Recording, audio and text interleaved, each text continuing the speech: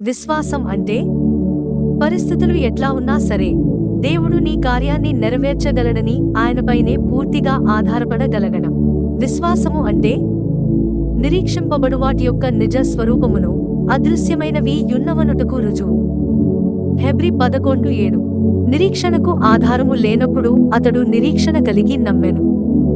రోమా 4:18. అప్పటికే అబ్రాహాముకు 100 ఏళ్లు, శారమ్మకు 90 ఏళ్లు, వారి శరీరం మృతతుల్యమయ్యింది. ఇక బిడ్డల కోసం నిరీక్షించడానికి వారికున్న ఆధారమేదీ లేదు. అయితే నిరీక్షణకు ఆధారము లేనప్పుడు అతడు నిరీక్షణ కలిగి నమ్మెను.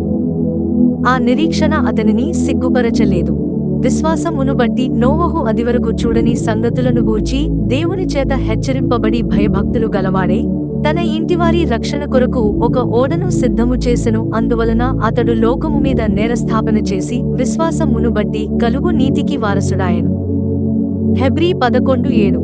నోవాహు అప్పటి వరకు తన జీవితంలో భూమి మీద ఒక్క వర్షపు చినుకు పడడం చూడలేదు.